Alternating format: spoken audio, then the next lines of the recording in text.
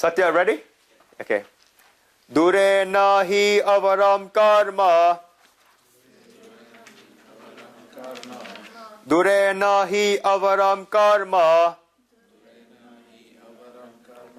Buddhiyoga dhanam jaya. Buddhiyoga dhanam jaya. Buddho sharanam anvicha. Krapana phala hetava. Krapana phala hetava. Far inferior indeed is mere action to the discipline of intelligence, buddhi yoga, the intellect. O winner of wealth, Arjuna, seek refuge in intelligence. Pitiful are those who seek for the fruits of their actions. Another Sanskrit lesson, we had so many Sanskrit verses, words in last class. The word krapana in the final line, first word, it can mean pitiful or selfish in Sanskrit, but in this verse, it means pitiful to describe those people who seeks the fruit of their action. And this is very true.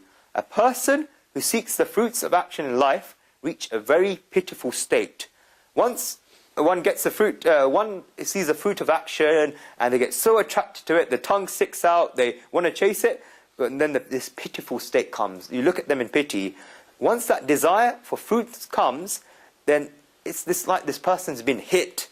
And being full of desires is like slavery. If I have a desire that I'll be happy when the rose grows in my balcony, then I have to do so much slavery for it. I have to get seeds from the market, I have to put it in the soil, I have to give it water every day, I have to look after it, I have to be careful that birds don't come and ruin it. You have to do all of this, be like a slave for 8 months, so you can have that wish fulfilled to see that rose right now, and then you can't see it because that plant lets that rose now. You've got to wait for it. You've got to go through all of that.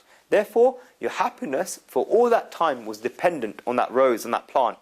And all the desires in the world have this pitifulness attached to them. Once that desire for fruit comes, then that pitifulness comes with it. When a husband comes back from work for business, he's worked so hard, he has that wish that his wife will have a happy face, a happy look on her face. He goes with this attitude that his wife will have a happy face when he goes home.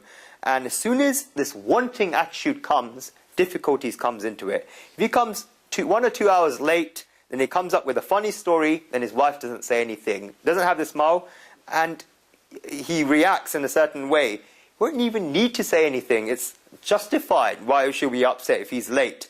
As soon as he wishes for that happiness to come from that person or that object, then this pitifulness definitely comes. So therefore, do not have this desire, and a true karma yogi does not have this attitude.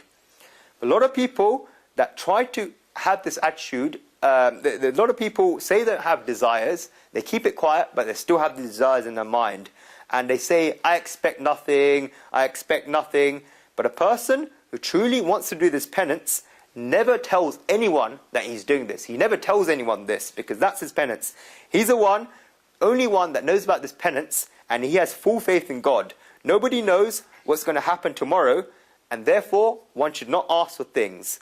Nobody should know about this penance other than the performer, and if that's the case, this person's a true performer, because it's his mindset and not what he says. It's his mindset that has to be right. And you know what? I said last time, people without desires give off a certain energy, that they don't want to use you for something. They just make you feel good about yourself. That have that natural ability. You can actually feel that from them. And you can actually tell such a person by their face. A person that's full of desires always loses that brightness on their face. And there's only one reason for this. They're full of desires. The more that desires goes away from one person's mind, the more the brightness on their face will increase. Just look at Guruji's face whenever you see him on YouTube or on TV or on Ashta. Eventually, such a person that's free from desires will eventually be free from bondage of work.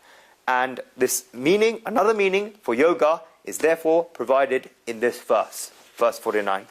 Everyone okay?